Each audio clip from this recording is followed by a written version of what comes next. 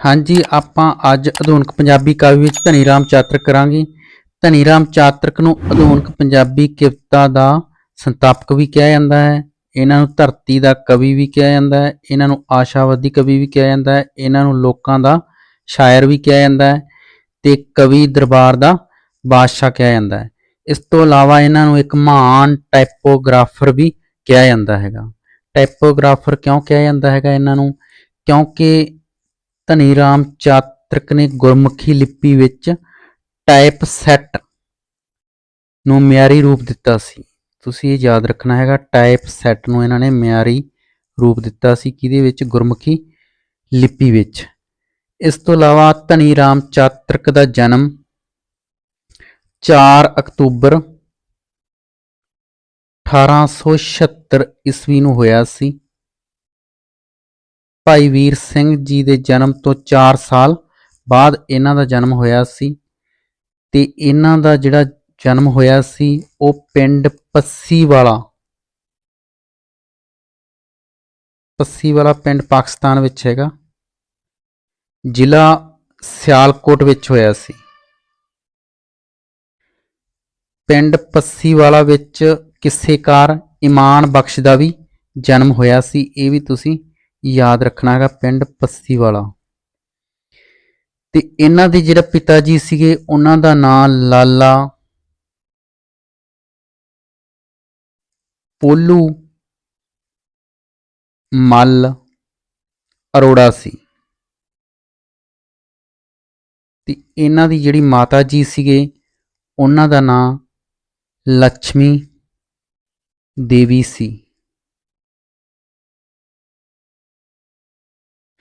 ਇਹਨਾਂ ਦੇ ਜੀਵਨ ਦੀ ਸ਼ੁਰੂਆਤ ਇਹਨਾਂ ਦੇ ਬਚਪਨ ਵਿੱਚ ਇਹਨਾਂ ਦੇ ਨਾਨਕੇ ਪਿੰਡ ਤੋਂ ਹੋਈ ਸੀ। ਇਹਨਾਂ ਦਾ ਸਾਰਾ ਪਰਿਵਾਰ ਹੀ ਰੋਜੀ ਰੋਟੀ ਦੇ ਲਈ ਕਿੱਥੇ ਆ ਗਿਆ ਸੀ? ਨਾਨਕੇ ਪਿੰਡ ਆ ਗਿਆ ਸੀ। ਨਾਨਕੇ ਪਿੰਡ ਦਾ ਨਾਂ ਸੀ ਲਪੋਕੇ। ਇਹ ਪਿੰਡ ਜਿਹੜਾ ਸੀ ਇਹ ਅੰਮ੍ਰਿਤਸਰ ਵਿੱਚ ਸੀਗਾ, ਅੰਮ੍ਰਿਤਸਰ ਜ਼ਿਲ੍ਹੇ ਵਿੱਚ। ਇੱਥੇ ਰੋਜੀ ਰੋਟੀ ਲਈ ਇਹਨਾਂ ਦਾ ਸਾਰਾ ਪਰਿਵਾਰ ਆ ਗਿਆ ਸੀ ਤੇ 15 ਸਾਲ ਦੀ ਉਮਰ ਵਿੱਚ ਧਨੀ ਰਾਮ ਚਾਤ੍ਰਿਕ ਨੂੰ ਇਹਨਾਂ ਦੇ ਪਿਤਾ ਨੇ ਰੋਜੀ ਰੋਟੀ ਦੇ ਲਈ ਵਸੀਕਾ ਨਵੀਸ ਦਾ ਕੰਮ ਹੁੰਦਾ ਹੈਗਾ ਉਸ ਤੇ ਲਗਵਾ ਦਿੱਤਾ ਸੀ। ਵਸੀਕਾ ਨਵੀਸ ਦੇ ਕੰਮ ਤੇ ਲਗਵਾ ਦਿੱਤਾ ਸੀ। ਇਹਨਾਂ ਨੇ ਮੁੱਢਲੀ ਸਿੱਖਿਆ ਪ੍ਰਾਇਮਰੀ ਸਕੂਲ ਵਿੱਚ 5 ਤੱਕ ਹੀ ਪਾਸ ਕੀਤੀ ਸੀ। ਇਸ ਤੋਂ ਬਾਅਦ ਇਹਨਾਂ ਨੇ ਪੰਜਾਬੀ, ਫਾਰਸੀ ਤੇ ਉਰਦੂ ਦਾ ਗਿਆਨ ਵੀ ਪ੍ਰਾਪਤ ਕੀਤਾ ਸੀ। ਇਹ ਬਹੁਤੀ ਪੜ੍ਹਾਈ ਨਹੀਂ ਕਰ ਸਕੇ। ਭਾਈ ਵੀਰ ਸਿੰਘ 10ਵੀਂ ਤੱਕ ਪਾਸ ਸੀ। ਉਸ ਤੋਂ ਬਾਅਦ ਉਹਨਾਂ ਨੇ ਵੀ ਸਿੱਖ ਇਤਿਹਾਸ, ਹਿੰਦੂ ਇਤਿਹਾਸ, ਸੰਸਕ੍ਰਿਤ, ਅਰਬੀ ਤੇ ਫਾਰਸੀ ਦਾ ਅਧਿਐਨ ਕੀਤਾ ਸੀ। ਇਸੇ ਤਰ੍ਹਾਂ ਹੀ ਇਹਨਾਂ ਨੇ 5ਵੀਂ ਕਲਾਸ ਤੋਂ ਬਾਅਦ ਘਰ ਬੈਠ ਕੇ ਹੀ ਫਾਰਸੀ, ਉਰਦੂ ਤੇ ਪੰਜਾਬੀ ਦਾ ਅਧਿਐਨ ਕੀਤਾ ਸੀ। 17 ਸਾਲ ਦੀ ਉਮਰ ਵਿੱਚ ਇਹਨਾਂ ਨੇ ਨੌਕਰੀ ਕੀਤੀ ਸੀ। ਭਾਈ ਵੀਰ ਸਿੰਘ ਜੀ ਦੀ ਜਿਹੜੀ ਵਜ਼ੀਰ ਹਿੰਦ ਪ੍ਰੈਸ ਸੀਗੀ ਉਸ ਵਿੱਚ ਇਹਨਾਂ ਨੇ ਨੌਕਰੀ ਦਾ ਕੰਮ ਕੀਤਾ ਸੀ 17 ਸਾਲ ਦੀ ਉਮਰ ਵਿੱਚ। ਇਹਨਾਂ ਦੀ ਮੈਰਿਜ ਸ਼ਾਇਦ ਨਹੀਂ ਹੋਈ ਸੀ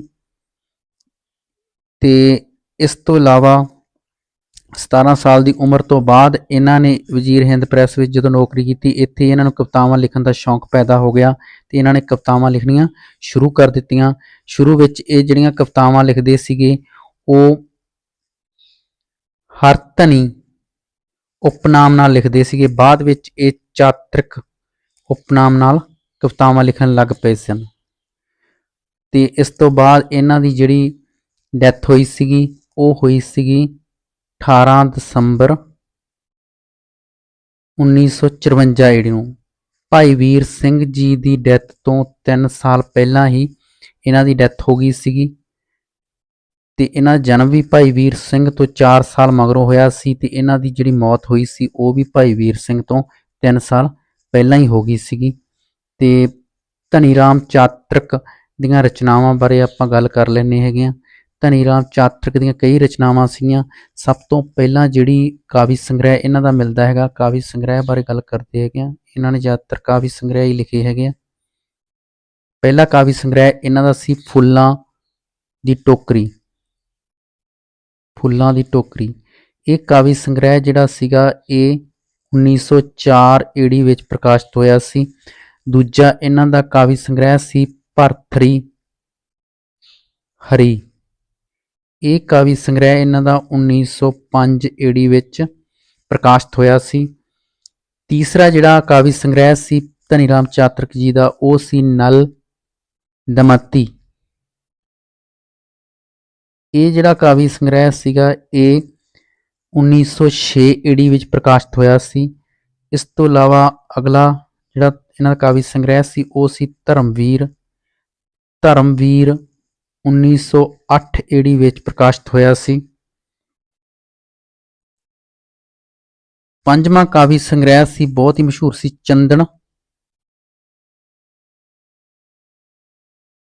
ਚੰਦਨਵਾੜੀ ਸੀਗਾ। ਦੱਦਾ ਨੰਨਾ ਚੰਦਨਵਾੜੀ। ਇਹ ਪ੍ਰਕਾਸ਼ਿਤ ਹੋਇਆ ਸੀ 1931 ਈੜੀ ਵਿੱਚ। ਛੇਵਾਂ ਜਿਹੜਾ ਕਾਵਿ ਸੰਗ੍ਰਹਿ ਸੀ ਇਹਨਾਂ ਦਾ ਉਹ ਸੀ ਕੇਸਰ ਕਿਆਰੀ। ਇਹ ਜਿਹੜਾ ਕਾਵਿ ਸੰਗ੍ਰਹਿ ਸੀ ਇਹ ਪ੍ਰਕਾਸ਼ਿਤ ਹੋਇਆ ਸੀ 1940 ਈੜੀ ਵਿੱਚ। ਤੇ ਸੱਤਵਾਂ ਕਾਵਿ ਸੰਗ੍ਰਹਿ ਸੀ ਸੂਫੀਨਾਮਾ। ਸੂਫੀਨਾਮਾ ਜਿਹੜਾ ਪ੍ਰਕਾਸ਼ਿਤ ਹੋਇਆ ਸੀਗਾ ਸੂਫੀਖਾਨਾ, ਇਹ ਪ੍ਰਕਾਸ਼ਿਤ ਹੋਇਆ ਸੀ 1950 ਈੜੀ ਵਿੱਚ। ਇਹ ਸਾਰਾ ਕੁਝ ਤੁਸੀਂ ਯਾਦ ਰੱਖਣਾ ਹੈਗਾ। ਅੱਠਵਾਂ ਕਾਵਿ ਸੰਗ੍ਰਹਿ ਸੀ ਇਹਨਾਂ ਦਾ ਨੂਰ ਜਹਾਂ ਬਾਦਸ਼ਾਹ ਬੇਗਮ। ਇਹ ਪ੍ਰਕਾਸ਼ਿਤ ਹੋਇਆ ਸੀਗਾ 1953 ਈੜੀ ਨੂੰ। ਤੇ ਨੌਵਾਂ ਜਿਹੜਾ ਇਹਨਾਂ ਦਾ ਕਾਵਿ ਸੰਗ੍ਰਹਿ ਆਇਆ ਸੀ ਉਹ ਸੀਗਾ ਨਵਾਂ ਜਹਾਨ। ਇਹ ਪ੍ਰਕਾਸ਼ਿਤ ਹੋਇਆ ਸੀਗਾ 1995 ਈੜੀ ਨੂੰ।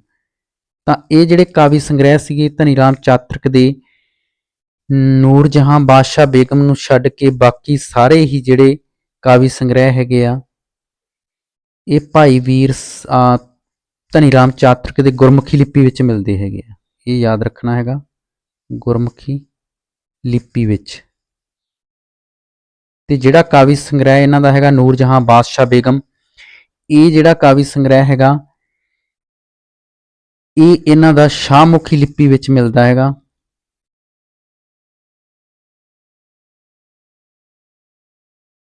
ਤੇ ਜਿਹੜੇ ਇਹਨੇ ਕਾਵਿ ਸੰਗ੍ਰਹਿਆਂ ਦੀ ਜਿਹੜੀ ਭਾਸ਼ਾ ਹੈਗੀ ਆ ਉਹ ਹੈਗੀ ਆ ਮੁਹਾਵਰੇਦਾਰ ਠੇਠ ਪੰਜਾਬੀ।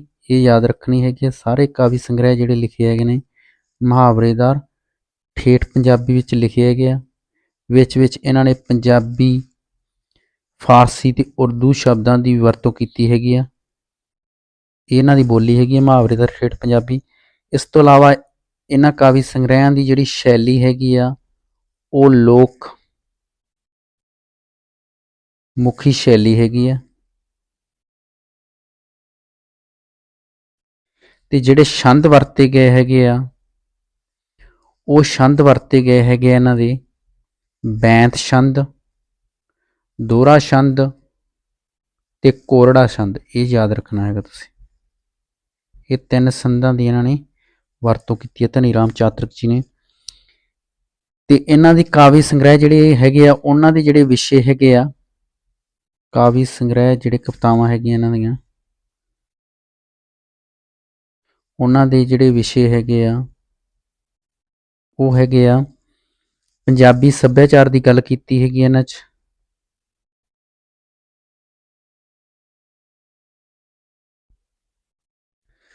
ਫਿਰ ਧਰਮ ਬਾਰੇ ਗੱਲ ਕੀਤੀ ਗਈ ਹੈ,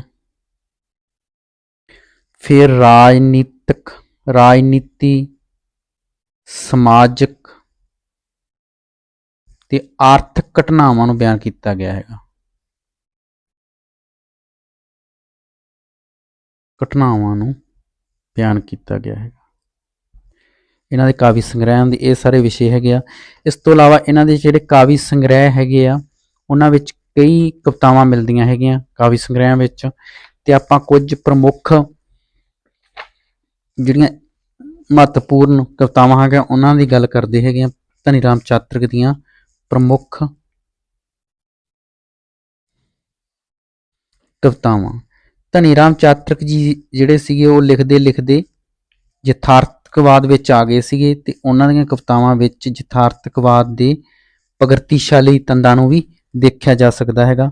ਇਹਨਾਂ ਦੀਆਂ ਜਿਹੜੀਆਂ ਪ੍ਰਮੁੱਖ ਕਵਿਤਾਵਾਂ ਸੀਗੀਆਂ ਉਹਨਾਂ ਵਿੱਚੋਂ ਜਿਹੜੀ ਪਹਿਲੀ ਕਿੱਤਾ ਸੀਗੀ ਉਹ ਸੀ ਵਹਿੰਦੇ ਜਾਏ, ਵਹਿੰਦੇ ਜਾਏ।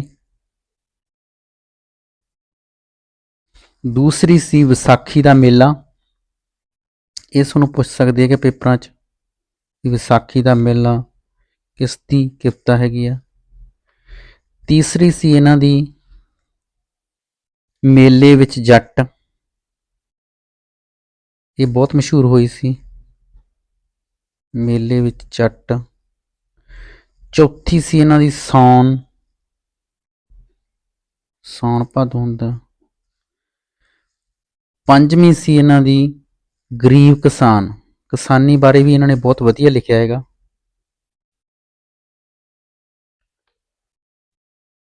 ਇਸ ਤੋਂ ਇਲਾਵਾ ਛੇਵੀਂ ਸੀ ਇਹਨਾਂ ਦੀ ਰਚਨਾ ਕਿੱਤਾ ਗਰੀਬਾਂ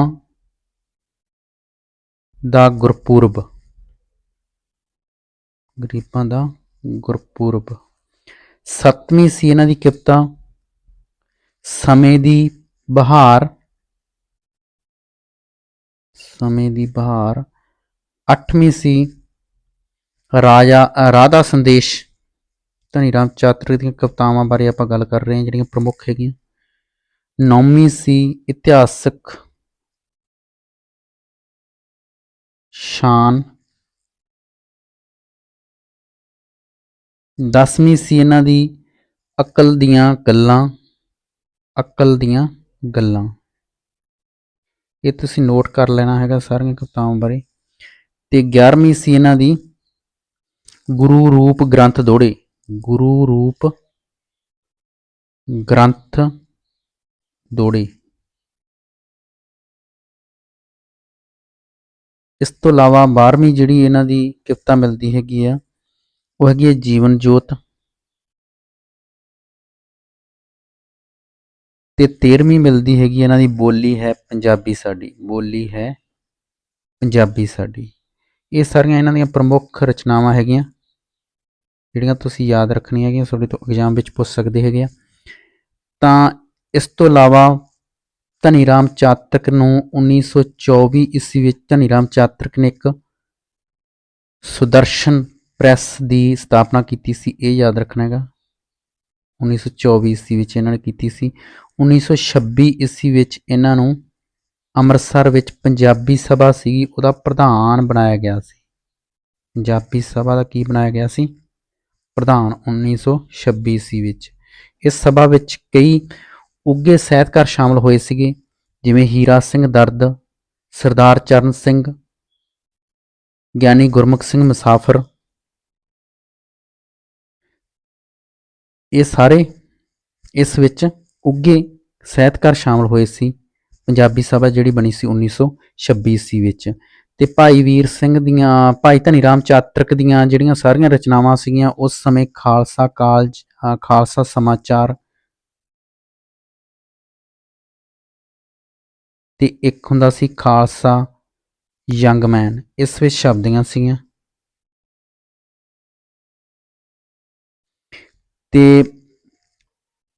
ਇਹਨਾਂ ਦੀਆਂ ਕਵਿਤਾਵਾਂ ਨੂੰ ਸਨਮਾਨਿਤ ਕਰਨ ਦੇ ਲਈ ਇਹਨਾਂ ਦੀ 75ਵੀਂ ਬਰਸੀ ਦੇ ਮੌਕੇ ਤੇ ਇਹਨਾਂ ਨੂੰ ਇੱਕ ਅਭਿਨੰਦਨ ਗ੍ਰੰਥ ਭੇਟ ਕੀਤਾ ਗਿਆ ਸੀਗਾ। ਭਾਈ ਵੀਰ ਸਿੰਘ ਨੂੰ ਭੇਟ ਕੀਤਾ ਗਿਆ ਸੀ 1950 ਈਸਵੀ ਵਿੱਚ ਭੇਟ ਕੀਤਾ ਗਿਆ ਸੀ। ਇਹਨਾਂ ਨੂੰ 75ਵੀਂ ਬਰਸੀ ਤੇ ਭੇਟ ਕੀਤਾ ਗਿਆ ਸੀ, ਇਹਨਾਂ ਨੂੰ ਸਨਮਾਨਿਤ ਕੀਤਾ ਗਿਆ ਸੀਗਾ ਅਭਿਨੰਦਨ ਗ੍ਰੰਥ ਰਾਹੀਂ ਇਹਨਾਂ ਨੂੰ ਸਨਮਾਨਿਤ ਕੀਤਾ ਗਿਆ ਸੀ। ਤਾਂ ਇਹ ਸੀ ਧਨੀ ਰਾਮ ਚਾਤ੍ਰਿਕ ਬਾਰੇ ਜਿਹੜੀਆਂ ਮਹੱਤਵਪੂਰਨ ਗੱਲਾਂ ਸੀਗੀਆਂ। ਤਾਂ ਵੀਡੀਓ ਨੂੰ ਲਾਈਕ, ਸ਼ੇਅਰ ਤੇ ਸਬਸਕ੍ਰਾਈਬ ਜ਼ਰੂਰ ਕਰ ਲਿਆ ਕਰੋ। Thanks for watching video.